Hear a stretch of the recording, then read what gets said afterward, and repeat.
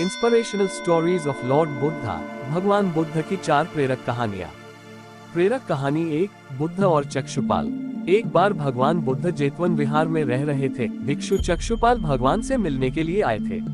उनके आगमन के साथ उनकी दिनचर्या, व्यवहार और गुणों की चर्चा भी हुई। भिक्षु चक्षुपाल अंधे थे। एक दिन विहार के कुछ भिक्षुओं ने कुछ मरे हुए कीड़ों को चक्षुपाल की कुटी के बाहर पाया और उन्होंने चक्षुपाल की निंदा करनी शुरू कर दी कि उन्होंने इन जीवित प्राणियों की हत्या की। भगवान बुद्ध ने निंदा कर रहे उन भिक्षुओं को बुलाया और पूछा कि क्या तुमने भिक्षु को कीड़े मारते हुए देखा है? उन्होंने उत्तर दिया नहीं। इस पर भगवान बुद्ध ने उन साधकों से कहा कि जैसे तुमने उन्हें कीड़ों को मारते हुए नहीं देखा, वैसे ही चक्षुपाल ने भी उन्हें मरते हुए नहीं देखा और उन्होंने कीड़ों को जानबूझकर नहीं मारा है, इसलिए उनकी भर्त्सना करना उचित नहीं है। भिक्षुओं ने इसके बाद पूछा कि चक्षुपाल अंधे क्यों हैं? उन्होंने इस जन्म में अथवा पिछले जन्म में क्या पाप किए? भगवान बुद्ध ने चक्षुपाल के बारे में कहा कि वे पूर्व जन्म में एक चिकित्सक थे। एक अंधी स्त्री ने उनसे वादा किया था कि यदि वे उसकी आंखें ठीक कर देंगे तो वह और उसका परिवार उनके दास बन जाएंगे। स्त्री की आंखें ठीक हो गईं, पर उसने दासी बनने के भय से यह मानने से इनकार कर दिया। चिकित्सक को तो पता था कि उस स्त्री की आंखें ठीक हो गई हैं। वह झूठ बोल रही है। उसे सबक सिखाने के लिए या बदला लेने के लिए चक्षुपाल ने दूसरी दवा दी। उस दवा से महिला फिर अंधी हो गई। वह कितना ही रोई पिटी, लेकिन चक्षुपाल जरा भी नहीं पसीजा। इस पाप के फलस्वरूप अगले जन्म में चिकित्सक को अंधा बनना पड़ा।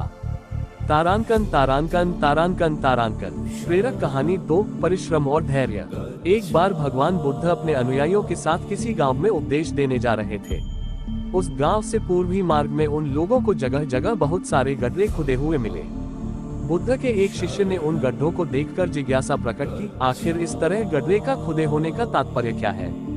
बुद्ध बोले, पानी की तलाश में किसी व्यक्ति ने इतने गड्ढे खोदे हैं। यदि वह धैर्यपूर्वक एक ही स्थान पर गड्ढे खोदता तो उसे पानी अवश्य मिल जाता, पर वह थोड़ी देर गड्ढा खोदता और पानी न मिलने पर दूसरा गड्ढा खोदना शुरू कर देता। व्यक्ति को परिश्रम करने के साथ धैर्य भी रखना चाहिए।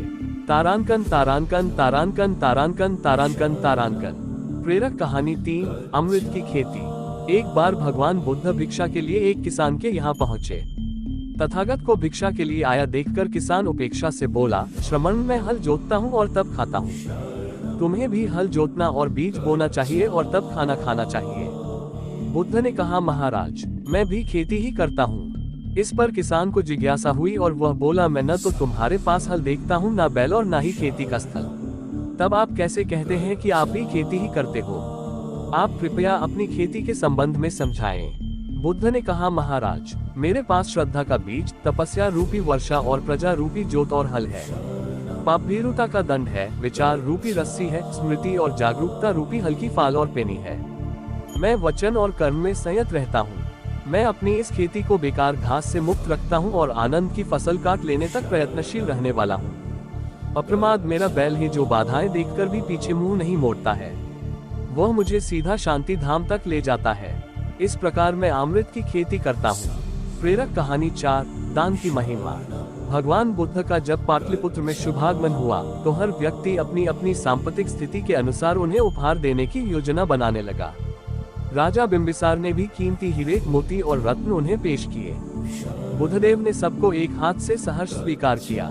इसके बाद मंत्रियों, सेठों, साहूकारों ने अपने अपने उपहार उन्हें अर्पित किए और बुद्धदेव ने उन सबको एक हाथ से स्वीकार कर लिया। इतने में एक बुढ़िया लाठी टेकते वहां आए। बुद्धदेव को प्रणाम कर वह बोली, भगवान जिस समय आपके आने का समाचार मुझे मिला उस समय मैं यह अनार खा रही थी। मेरे पास कोई दूसरी चीज न होने के कारण मैं इस अधखाए फल को ही ले आई हूँ। यदि आप मेरी इस तुच्छ भेंट स्वीकार करें तो मैं अहोभाग्य समझूंगी। भगवान बुद्ध ने दोनों हाथ सामने कर वह फल ग्रहण किया। राजा बिंबिसार ने जब ये देखा तो उन्होंने बुद्धदेव से कहा, भगवान क्षमा करें, एक प्रश्न पूछना चाहता हूँ। हम सब ने आपको कीमती और बड़े बड़े उपहार दिए जिन्हें आपने एक हाथ से ग्रहण किया, लेकिन इस बुढ़िया द्वारा दिए गए छोटे एवं झूठे फल को आपने दोनों हाथों से ग्रहण किया, ऐसा क्यों? ये सुन बुद्धदेव मुस्कुराए और बोले, राजन आप सब ने अवश्य बहुमूल्य उपहार दिए हैं, किंतु ये सब आपकी संपत्ति का 10वां हिस्सा भी नहीं है। आपने ये दान दीनों और गरीबों की भलाई के लिए नहीं किया है, इसलिए आपका ये दान सात्विक दान की श्रेणी में नहीं आ सकता। इसके विपरीत इस बुढ़िया ने अपने मुंह का कौर ही मुझे दे डाला है। भले ही यह बुढ़िया निर्धन है, लेकिन इसे संपत्ति की कोई लालसा नहीं है। यही कारण है कि इसका दान मैंने खुले हृदय से दोनों हाथों से स्वीकार किया है।